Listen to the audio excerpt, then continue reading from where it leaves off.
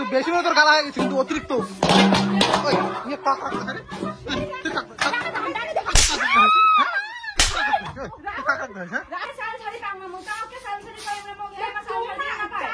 আরে কাকিমা জেঠিমা প্লিজ তুমি বৌদিকটা একটু বোঝার চেষ্টা করো, বৌদি চাল ছাড়তে পারে না।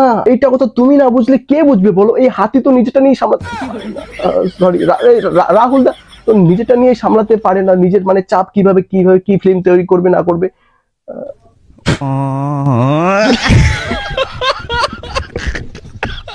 ভাই এই সোশ্যাল মিডিয়া আসার পর আমি অনেক ধরনের ব্লগ দেখেছি, ফুড ব্লগ থেকে শুরু করে শ্মশানের ব্লগ অবধি, কিন্তু আজকে আমরা দেখবো কিছু ইউনিক ব্লগ। আজকে আমরা দেখবো হচ্ছে ঝগড়া ব্লগ, যেখানে মা থেকে মাসি, বউ থেকে বাচ্চা সবাই ঝগড়ুটে।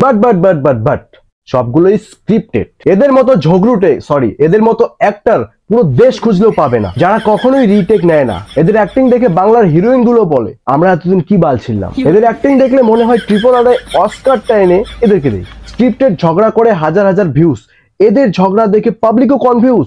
বউ থেকে শুরু করে মা, কাকিমা, জেঠিমা, বুড়িমা সবাই অস্কার লেভেল অ্যাক্টিং। দেখো মানা যায় বাড়ির আশেপাশে যদি করে অ্যাক্টিং, কিন্তু ওখানে গিয়েও ঝগড়া করে, যেখানে পাড়ার কাকিমাদের বসে রোজ ডেটিং। বলছি রাহুল দা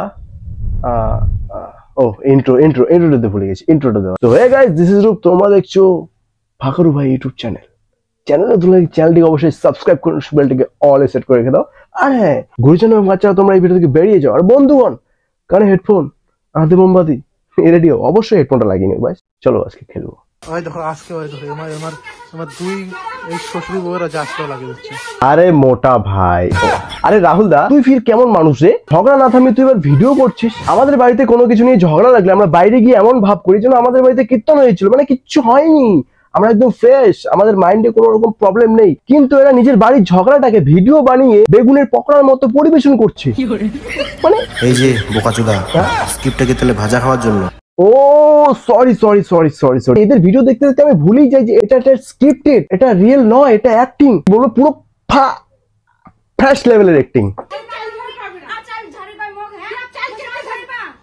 এতক্ষণ ভাবলাম শুধু তুই মুই করে ঝগড়া চলছে, কিন্তু এখন বুঝতে পারলাম যে কি নিয়ে ঝগড়াটা লেগেছে। তো চলো একটু বিস্তারিত দেখবো।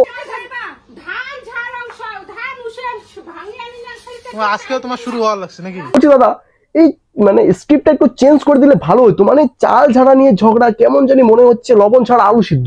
এর থেকে স্ক্রিপ্টটা চেঞ্জ করে যদি তুমি এটা বানিয়ে দিতে, মোদি রান্না না করে শুয়ে আছে, তোমার মা এসে বকা দিচ্ছে, এটা আর কি মানে প্রত্যেকটা বাড়ির একটা কমন প্রবলেম, কমন সমস্যা। কি করিব ভাই, কন্টেন্ট নাই এবারে। এগুলো ভিডিও তো অনেকদিন আগে তো শুট হয়ে গেছে, তুই ছিল কৌশিত।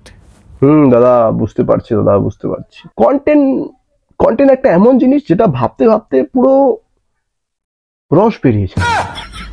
তাও আমি তোর জন্য একটা কন্টেন্ট দিবার এটা বাংলা কন্টেন্ট তো, তাও আমি তোমার জন্য একটা কন্টেন্ট দিতে পারি। তুমি মাঝ রাতে গিয়ে বৌদির গায়ে জল ঢেলে দাও, দেখবে একটা তুমুল ক্যাচাল হবে, তুমুল প্র্যাগ হবে, জমে যাবে পুরো, পাবলিক দেখবে, হ্যাঁ জ্বলবে, চলবে। আরে কাকিমা জেঠিমা প্লিজ তুমি বৌদিকটা একটু বোঝার চেষ্টা করো, বৌদি চাল ছাড়তে পারে না। এইটা কথা তুমি না বুঝলে কে বুঝবে বলো? এই হাতি তো নিজেটা নিয়ে সামলাতে সরি রাহুল দা তো নিজেটা নিয়ে সামলাতে পারে না, নিজের মানে চাপ কিভাবে কি ফিল্ম তৈরি করবে না করবে।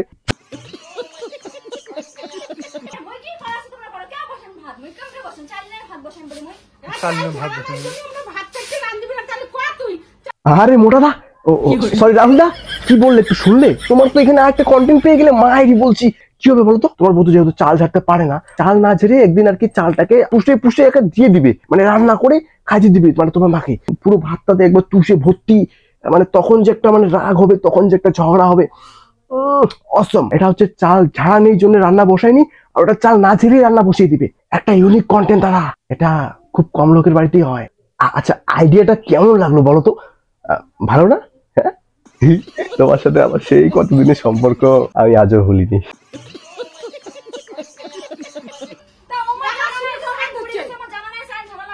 আরে রাহুল দা ঝগড়া চলছে তো এখন, মানে এমন কিছু একটা লাগবে, বৌদিকে বলো কিছু একটা নিয়ে আর কি আশ্রাইতে, না হলে কিছু একটা নিয়ে ঢিল মারতে, তাহলে পুরো ঝগড়াটা আরো জমে যাবে।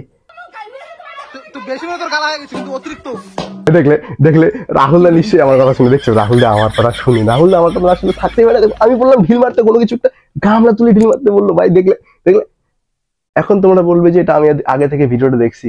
আমি যেমন ভিডিওটা আগে থেকে দেখেছি, এরা আগে থেকে প্ল্যান করেছিল যে কোনটার পরে কি কথা বলতে হবে, কোনটা মানে একটু লাইন থেকে ক্রস হয়ে গেলে যখন রিটেক নিতে হয় তখন এমন ভাবে রিটেকটা নেয়, মানে স্ট্যাচুর মতো ক্যামেরা ধরে যেভাবে দাঁড়িয়ে থাকে ওভাবেই দাঁড়িয়ে থাকবে, এই নড়বো না, এটা শুন, হ্যাঁ শুরু কর, হ্যাঁ এইরকম হচ্ছে কথাটা, বুঝছো?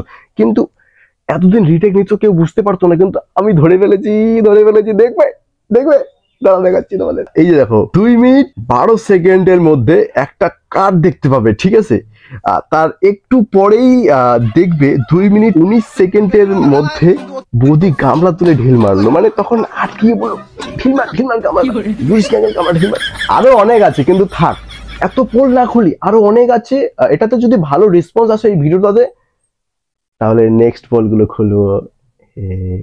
আমি রাজবংশী ঝগড়ুটে ক্রিয়েটরদের ভিডিও অনেক আগে থেকেই দেখছি, কিন্তু রাহুল দার সাথে না আমার কেমন যেন একটা ইমোশনাল কানেক্ট আছে আর কি।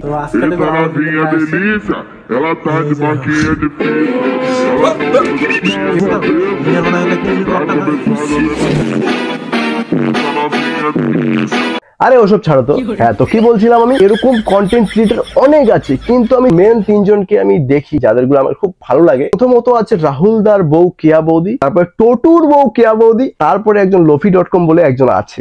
আমার মাথায় একটা প্রশ্ন ঘুরেছে, এদের 3 জনের মধ্যে বেস্ট কে? তো আমার এক্সপিরিয়েন্সটা তোমাদের মাঝে শেয়ার করবো আজকে। এদের 3 জনের মধ্যে বেস্ট কে?